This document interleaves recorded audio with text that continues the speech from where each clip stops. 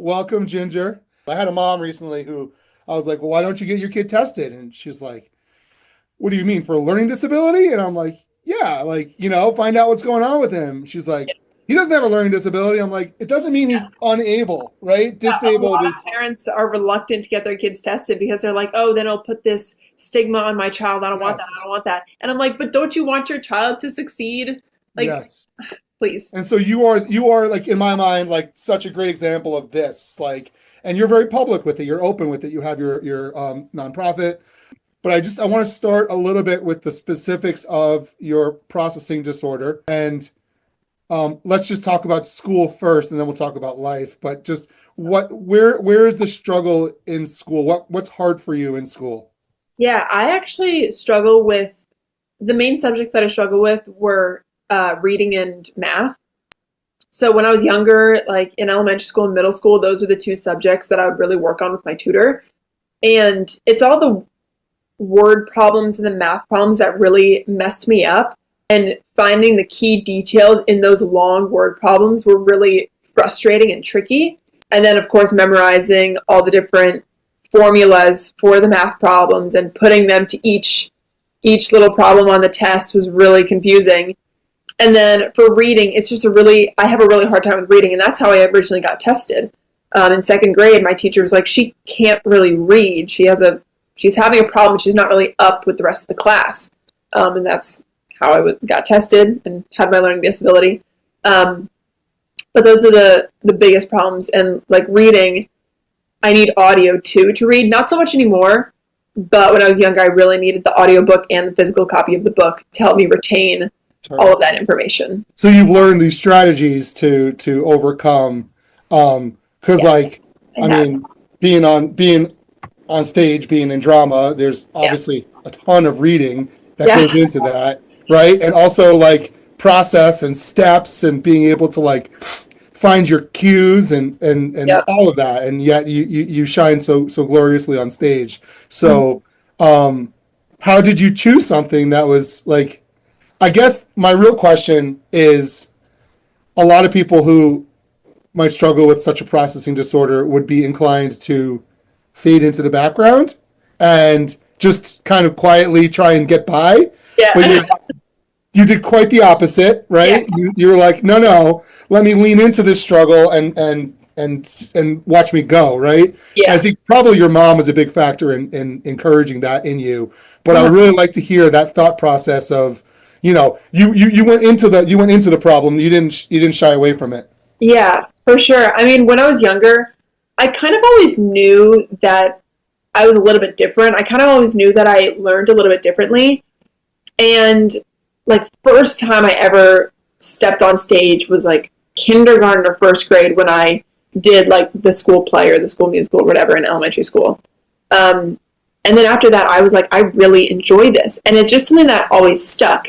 And then the more I got a little bit older, school wasn't my strong suit, but I realized that being this weird, quirky, funny girl was enjoyable and I could make people laugh. And I knew from a very young age that I was a really funny person. I could do like these weird facial expressions or just like make jokes about myself, even if they're self-deprecating jokes. And then as I got older, I kind of played into that a little bit more. And comedic acting's always been my strong suit, but I liked making people feel good about themselves. I liked doing weird things, and then people were like, "Oh my gosh, that's so funny! Like she's such a fun, like lighthearted girl." And that's kind of where that acting part came from, because I kind of do it in everyday life as well. And then pageants was kind of a wild card. My mom suggested it 4 years ago when I was a sophomore in high school, and I just kind of took the ball and went with it. Turns out I was really good at it, and it just kind of stuck. And I think the two kind of go hand in hand, acting, modeling, and pageants. They kind of coexist together. Because you have a persona in pageants that you're presenting on stage. Is that what you're saying? Like there's like, not that it's disingenuine, right? Because you have to really be yourself. I mean, it's a performance. I think that I'm me on stage when I do pageants. I think that acting on stage for as long as I have, and then being up on stage, I feel more comfortable doing a walking pattern, you know, fluffing my evening gown or doing a fitness walk, and not afraid to show my personality, because seeing a fitness walk or an evening gown walk in your living room is a lot different than being up on stage, and people get scared because of the blinding lights, and they're like, I don't really know what to do now. And I think that's where I sort of have a leg up, is that I have all this stage experience where I just feel so comfortable up there, and it doesn't feel foreign at all. Yeah. So, I mean, when I first got to know you, I think you were not in the Success program, but a lot of your friends were. And I think your school counselor recommended that, you know, with your Defying Limits, that it might be good for you to volunteer to help out in my class. And so you were one of my mentors. And I was like, this is cool, you know, Miss Vermont, she's big fish in a small pond. But now you're Miss New York, you're big fish in a big pond. So, like, you know, you again, you just continue to, like, defy limits if I can, like, and just continue to grow and to dazzle. Is there a limit, or are you just going to keep going and see how far it takes you? I'm just going to keep going and see what happens. I mean, never in a million years did I think I'd win a title as big as New York. Never. I mean, that's amazing. Did I think that I would place top 5 at nationals? That was not in the cards. I mean, all pageant girls, like, when they compete, they're like, oh, I hope I win. Like, you always hope that you're going to win, but you never really expect it to happen and, like, for it to come true. So when it actually does, you're like, oh my God, I just won. But yeah, I mean, we'll see where the wind takes me. I mean, I look back at 4 years ago, and I, like, see the difference. And it's just like, you don't realize how far you've come until you look back and see everything that you've done. Humble beginnings. Yeah, and then you just kind of one step at a time. Yeah, and how do you, like, okay, so you have a processing disorder that is probably generally under control at this point because if you've learned strategies and you've had a lot of help along the way, but I would imagine that being Miss Teen New York is a pretty time-consuming thing, right? So yeah. How do you balance that with also being a Tisch NYU student? You know, like, all those things are demands on time. Yeah, it's hard. I'm not gonna lie. So I won in August for Miss New York Teen USA. A week later, I moved into my dorm at NYU. Yeah. And I started classes and everything, but the months between when I won, like mid-August to late October when I went to nationals, every single weekend I was pretty much booked. I was flying to Arizona. I was going to Boston. I was, like, coming back home to, like, grab things. I was literally all over the place.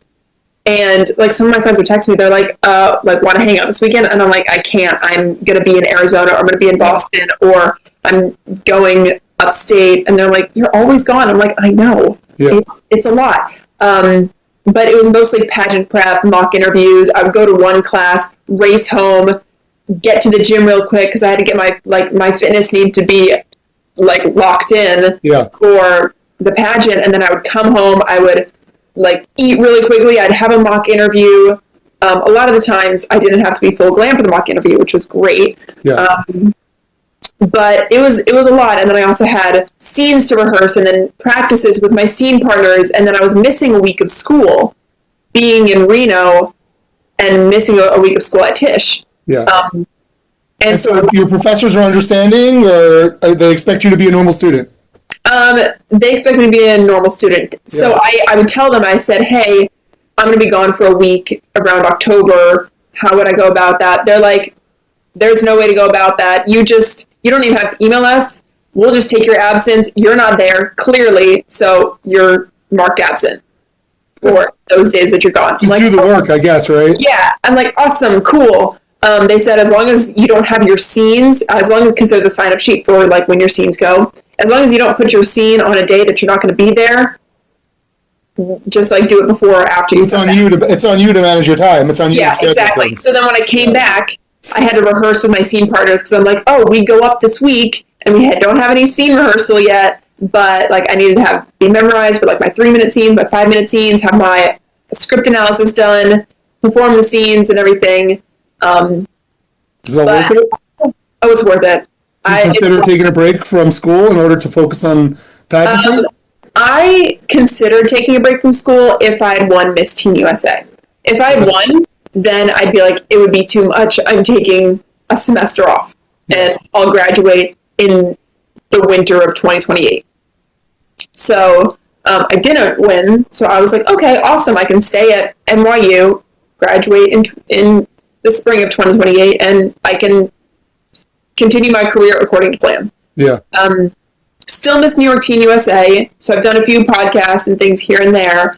After nationals, I haven't done a whole lot, like going out in New York. I'd love to read my book at some local schools. That'd be great. But let's talk about that. Let's talk about your nonprofit, and let's talk about your book. Well, I know the focus is hidden disability, and I think what that means is it's not like a physical disability. It's not like if you see someone who's limping, you're like, that person's got a short leg, and like, you know what it is. But there'd be no, on the surface, understanding that there was a disability, right? Yeah. So why is that so important to you?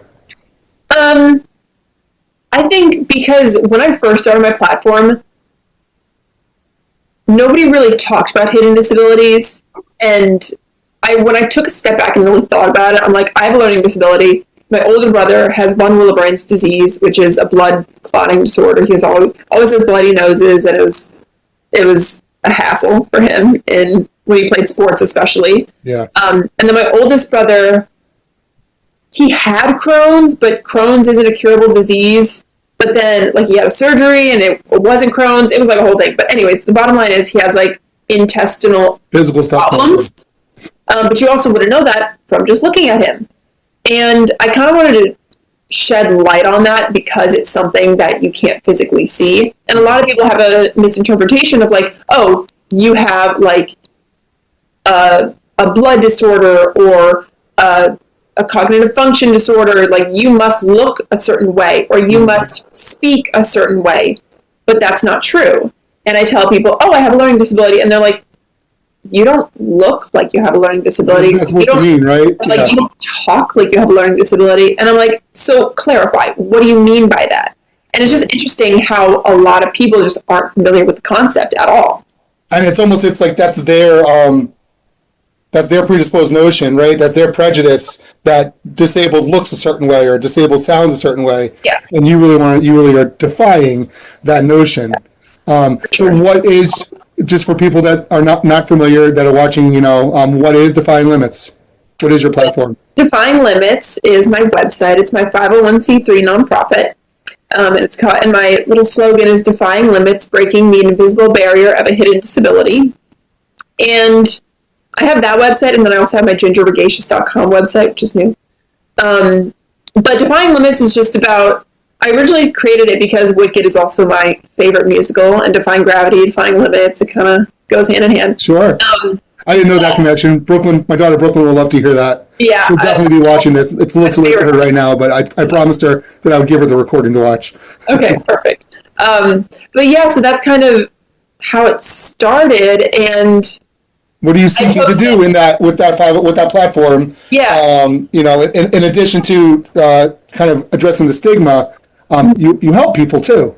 Yeah, and I raise money and I donate scholarships. So I've awarded a scholarship on the BBA senior night whenever they give scholarship night. Yeah.